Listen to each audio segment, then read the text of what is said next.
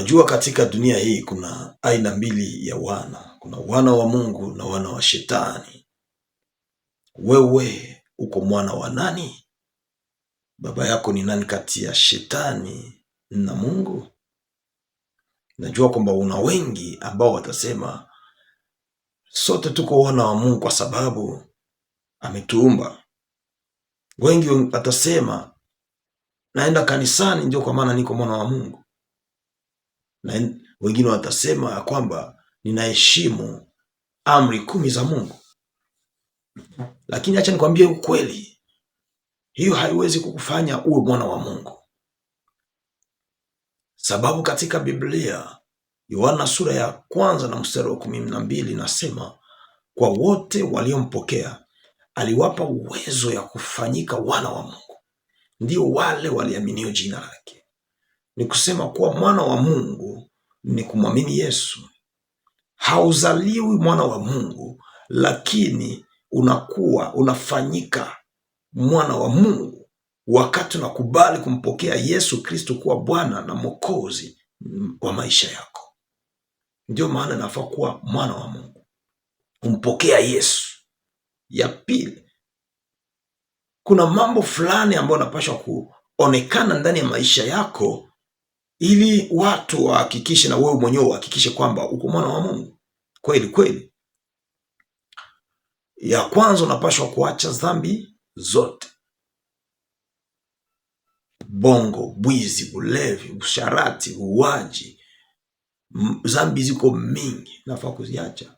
Uchawi na kadhalika, ufisadi, dhambi ziko mingi, sababu wewe umekuwa wana nature ingine, nature ingine. Haupaswi bakia uko unafanya dhambi na uko mwana wa Mungu. Hapana, unapaswa kugeuza mgongo, unakuwa katika ingine ulimwengu, kwa sababu Biblia inasema ya kwamba kama mtu yuko katika Kristo anakuwa kiumbe kipya, ya kale yamepita na tazama yote yanakuwa mapya.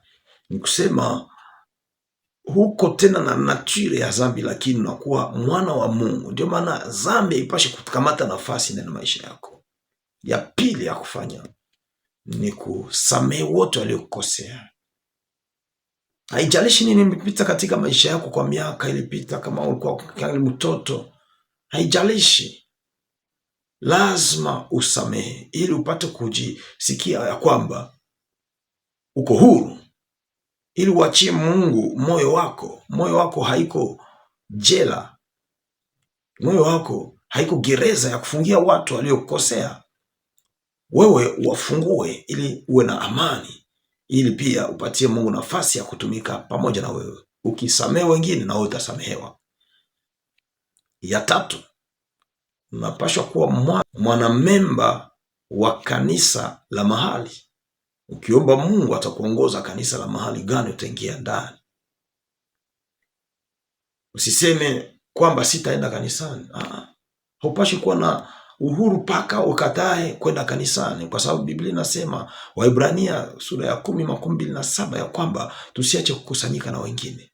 Lazima uwe na kanisa la mahali ili upate kukomala vizuri kiroho, ili upate kuongeza maisha yako ya kiroho.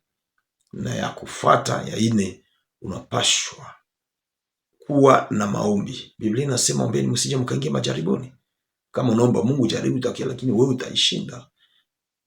Usipoomba Mungu hutakuwa na uwezo ya kushinda shetani, kushinda dunia na kushinda mwili. Kwa ile maneno machache ndio nitakwambia kama Yesu anakupenda. Hata kama ulifanya dhambi namna gani, Yesu anakupenda. Dada yangu, kaka yangu, anataka umpatie maisha yako. Atakusamehe dhambi zako zote, atakupatia uzima wa milele, na atakubadilishia maisha hapa chini ya jua. Atakubariki hapa chini ya jua. Ndio kwa maana pokea Yesu Kristo kwa Bwana na Mwokozi wako leo. Acha tuombe pamoja na wewe. Funga macho yako, utarudilia maneno hii. Utasema, Baba Mungu. Rudilia, sema, Baba Mungu, katika jina la Yesu, nashukuru kwa neno lako. Ninakiri kwa kinywa changu Yesu ni Bwana naamini kwa moyo wangu Mungu alifufua Yesu kutoka wafu, nimeokoka, nimesamehewa, na mimi nasamehe walionikosea. Nashukuru kwa kunipatia msamaha wa dhambi, na niko mwana wa Mungu kwa jina la Yesu, amen. Hivyo naomba vile, kama unaiomba kabisa kwa moyo wako, jua kwamba umekuwa mwana wa Mungu kabisa. Acha nikuombee sasa. Baba, katika jina la Yesu naleta ndugu yangu na dada yangu hapa.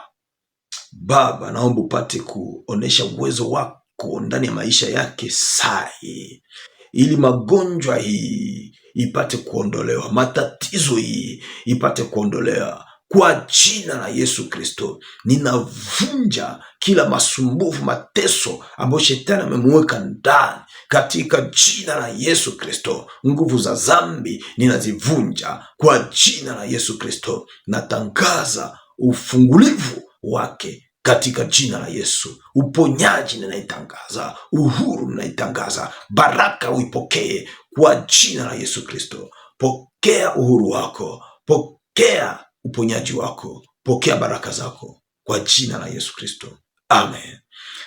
Usiogope, nasikia uwezo wa Mungu ikishuka wakati niko mina hubiri neno hii. Najua kwamba utashuhudia matendo makubwa ya Mungu. Sai kuna kitu imefanyika ndani ya maisha yako na ndani ya nyumba yako. Mungu akubariki. Ukitaka kuhusiana na sisi, tuandikie. Unaweza kugawa hii video ili ipate kuokoa wale ambao wako ndani ya dhambi, na pia unaweza kusubscribe ili upate kupokea pia yale ambayo Roho Mtakatifu atanipatia, kwa sababu ameniambia nitie hii channel ni creation, ili nipate kuwa naleta neno la Mungu ambalo atakuwa ananiambia na mimi nawaambia, ili usipitiwe na yoyote ambayo Roho Mtakatifu atanipatia ninapohubiri. Usubscribe na Mungu atakubariki. Amen.